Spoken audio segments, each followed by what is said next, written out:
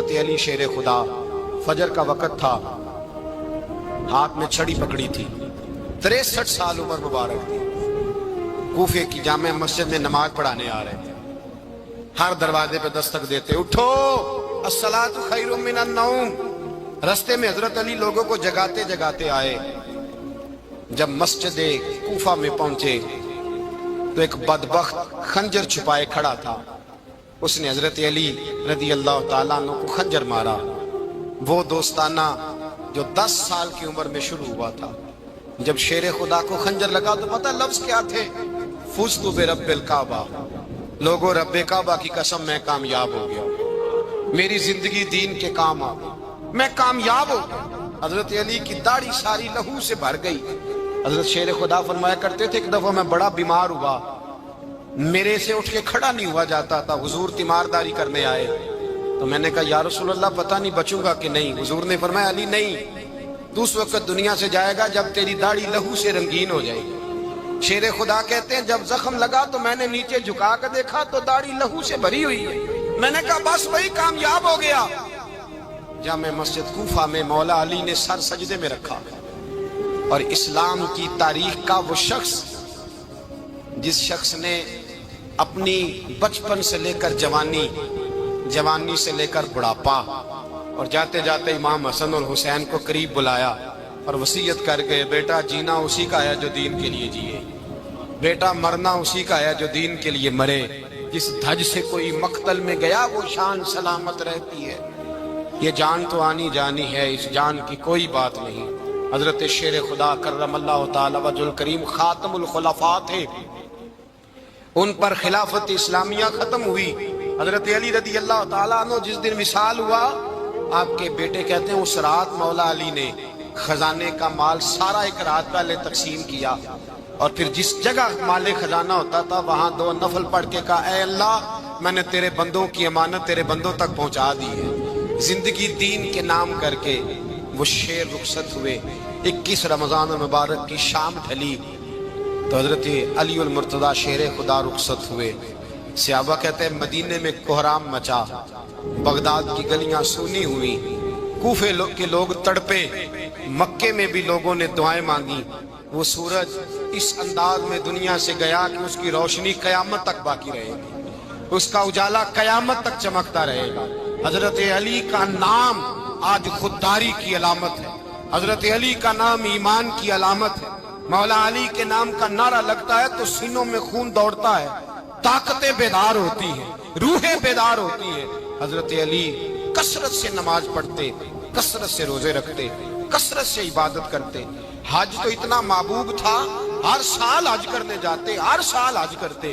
حضرت مولا علی شیر خدا رضی اللہ تعالیٰ عنہ کا عالم یہ تھا کہ باوجود غربت کے، باوجود غریبی کے، گھر میں کوئی شے، اور یہ جان بوجھ کے غربت اختیار کی تھی ورنہ تو مالک تھے کون ہے، باوجود فقر اختیاری کے حضرت علی رضی اللہ تعالیٰ عنہ کے دروازے سے خالی کوئی نہیں جاتا تھا۔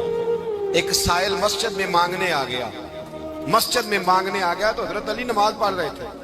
ایک طرف حال یہ ہے کہ حضرت علی کو تیر لگ گیا، ایک جنگ میں 2-3 تیر لگ گئے تو حکیم کہنے لگے حضرت آپ کو درخت کے ساتھ باندھیں گے پھر تیر نکالیں گے ورنہ تو آپ بڑا تڑپیں گے۔ حضرت علی فرمانے لگے ضرورت ہی کوئی نہیں، جب میں نماز کی نیت باندھوں تو نکال لینا، مجھے پتہ بھی نہیں چلے گا۔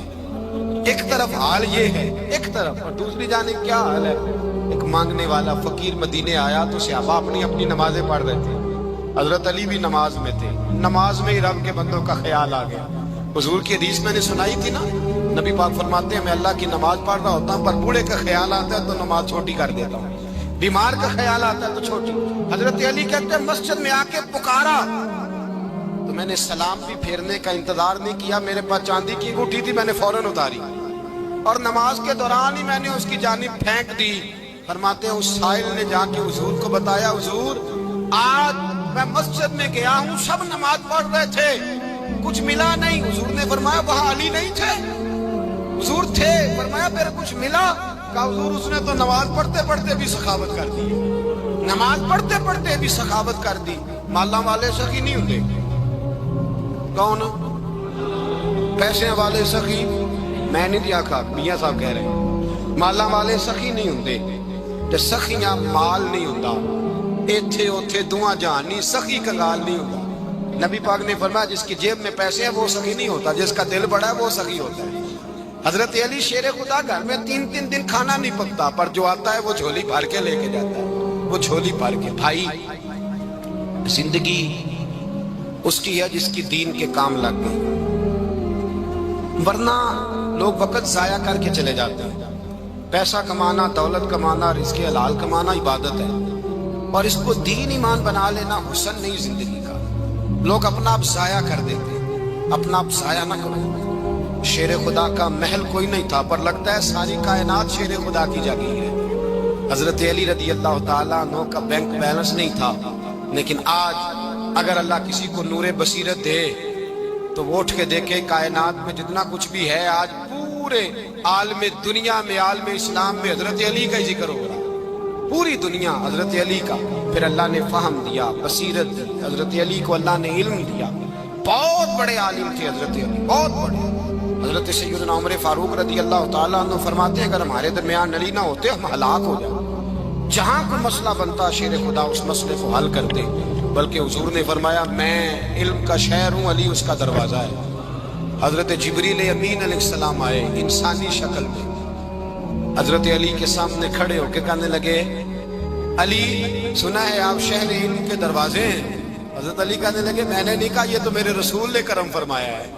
کہنے لگے چلو بتاؤ جبریل اس وقت کہاں ہے؟ حضرت علی نے اوپر دیکھا، نیچے دیکھا، دائیں بائیں، آگے پیچھے دیکھا، فرمانے لگے نہ تو اس وقت 7 آسمانوں پہ ہے، نہ 7 زمینوں پہ ہے، نہ مشرق مغرب شمال اور جنوب میں ہے۔ فرمانے لگے یا تو جبریل ہے یا میں جبریل، ایک ہے دونوں میں سے۔ تو حضرت جبریل کہنے لگے علی سچ کا ہے مصطفیٰ نے، تو واقعہ علم کا دروازہ ہے، تو علی ہے، جبریل تو میں ہی ہوں، میں ہی ہوں جبریل۔ یہ ان کے علم کی وسعت، یہ ان کی حکمت اور دانائی کی وسعت۔ حضرت سیدنا مولا علی شیر خدا رضی اللہ تعالیٰ عنہ 21 رمضان المبارک کو کوفے کی جامع مسجد میں شہادت کا درجہ حاصل کر گئے۔